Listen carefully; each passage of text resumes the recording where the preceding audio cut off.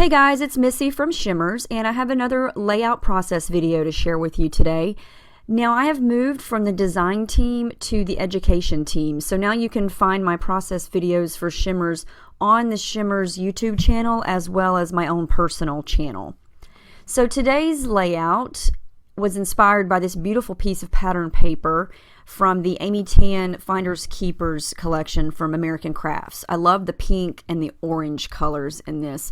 And so I went through all of my Shimmerz products and pulled out lots of things that were pink and orange or coral in color. So what I'm doing now is I'm going to go ahead and prepare my inklings and Creameez. And when you get these, they're going to be hard. So you have to spray some water in there and let them sit for a few minutes to soften up, and then you can use your paintbrush to mix them together. So don't think that there's something wrong with them if you get them and they are hard, because that's the way they come. So go ahead and mix them up like this and just let them sit and soften up. And to get the colors in the Vibez and the Spritz going, you want to take it and roll it between your hands. And I've sped this up, and so I'm really not rolling that fast. But you want to do that instead of shaking it, and that's going to help prevent the nozzle from getting all clogged up. So I'm going to start with this piece of paper from the same collection, and I'm going to add a lot of white gesso to it. And it's just a white piece of pattern paper with some grayish, blackish grid lines on it. And I'm going to scrap that cute little random picture of one of my daughters. And she was just wearing a onesie one day, and her hair was all messy, and she just looked cute. And so I love those random everyday pictures of my kids. And so that's what I'm going to scrap today. And I'm going to use a black and white picture because I want to use all those pinks and oranges, and the colors in the picture just didn't, stand out against those colors. And so I made it black and white. Now this stencil I've had for a while, and I was inspired by Irit, who's also a new education team member, because she uses this stencil a lot, and I'd forgotten about it, and I've seen her use it several times, and it inspired me to pull it out. And I'm just doing your basic sprays here over this stencil with some of the Spritz and Vibez. And I love the way these pinks and oranges sort of mix together. It's just so pretty. Something else I like to do with my stencil here, once it has all of that ink on the parts that you don't spray through, just flip it over and use it as a stamp. And you're going to get a really cool effect that way as well. So I don't like to waste any product if at all possible. So I do something here that I wind up not liking, and it's not the product's fault. It's just, I felt like I did too much over those beautiful flowers. And that's some of the Dazzlerz and Dreamsicle. And when I looked at it, I thought that kind of takes away from the flowers. And so what I like about the Dazzlerz is they take a little bit of time to dry. So all you have to do is wipe it up if you decide you don't like it. Now it did leave a little bit of color, but I like it because it kind of gives some orange tone up there in the top part of that little sprayed area. So I wanted to still use this Dreamsicle color, but as you can see, the Dazzlerz are pretty thick and creamy because they're a texture paste. So I just watered this down and used my brush to kind of add some splatters. And that's one thing that you can do with Dazzlerz that's different than your typical, using it over a stencil or something. So I decided that I wanted to create some flowers using Inklings and Creameez, and I'm going to use this stencil here as my base.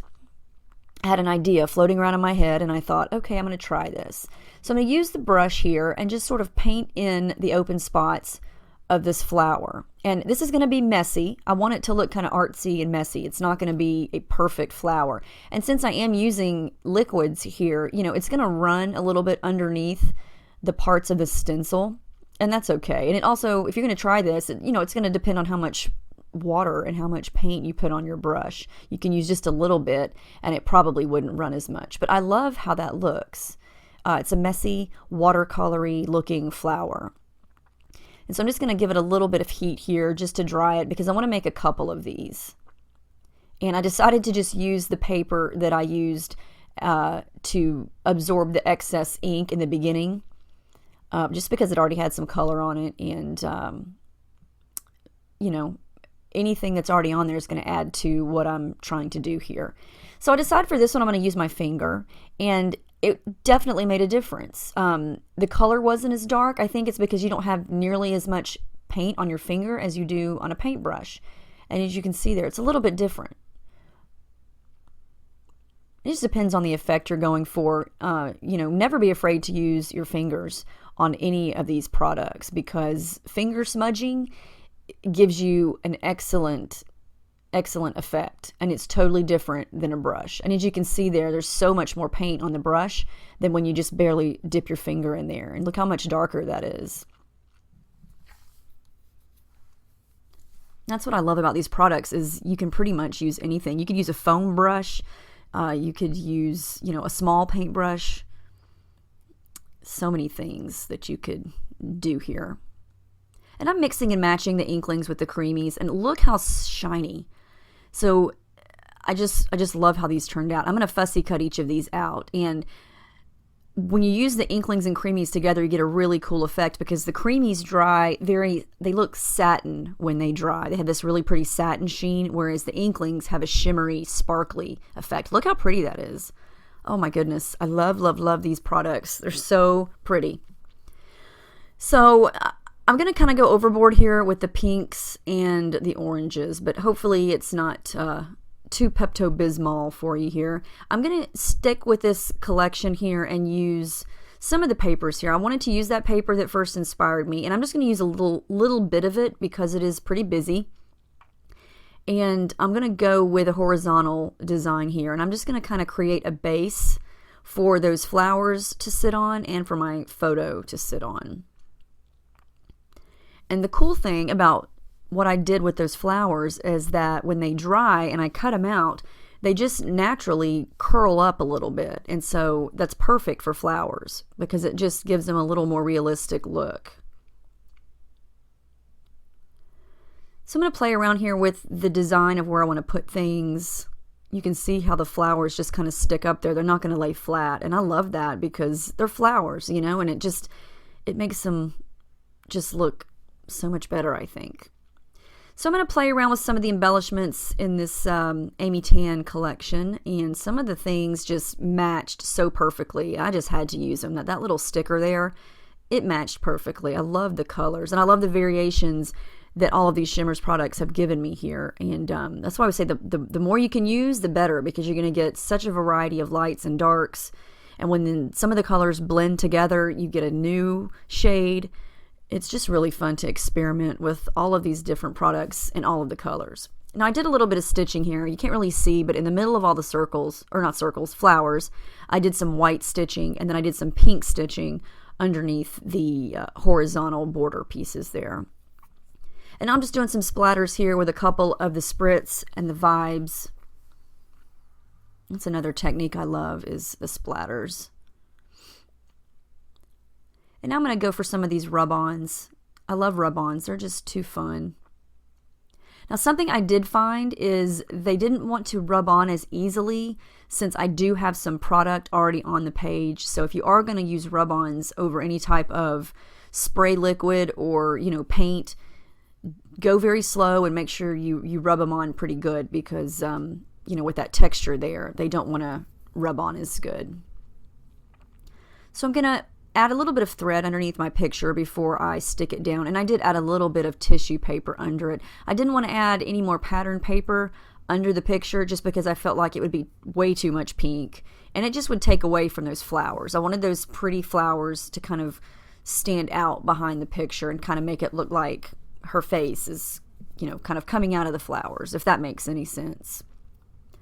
I do pop it up because those flowers are popped up and they already give dimensions, so it would just make sense for the picture to kind of be raised up as well. And I used orange thread underneath the picture there.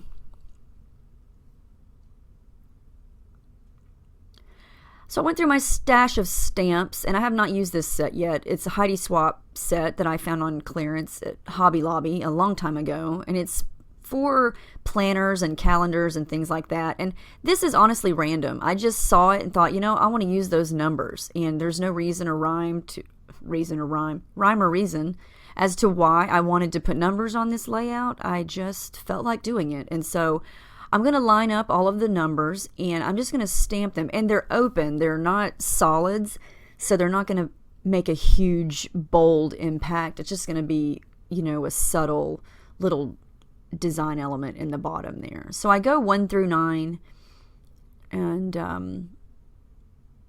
I'm surprised that I actually got them in a straight line. I also added the days of the week there just because.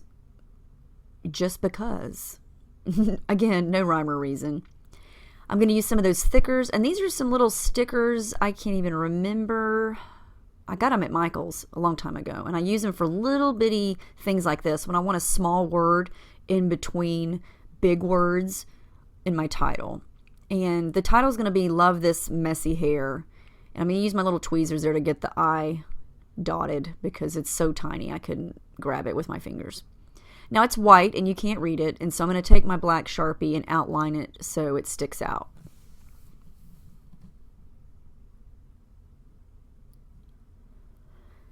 So I played around with the word messy. I used some thickers. I used some other letters, and I wound up cutting that out because it just took way too long. I couldn't decide. And so I thought, if I'm talking about messy hair and I want the title to have the word messy in it, I'm just going to write it kind of messy and cut it out.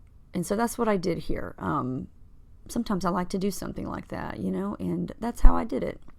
Now these are from Glitz. I don't even think Glitz is in business anymore. So these are pretty old, and I think I found these at Hobby Lobby, and I love them. They're shiny, and I really love the quality of these little pink stickers here.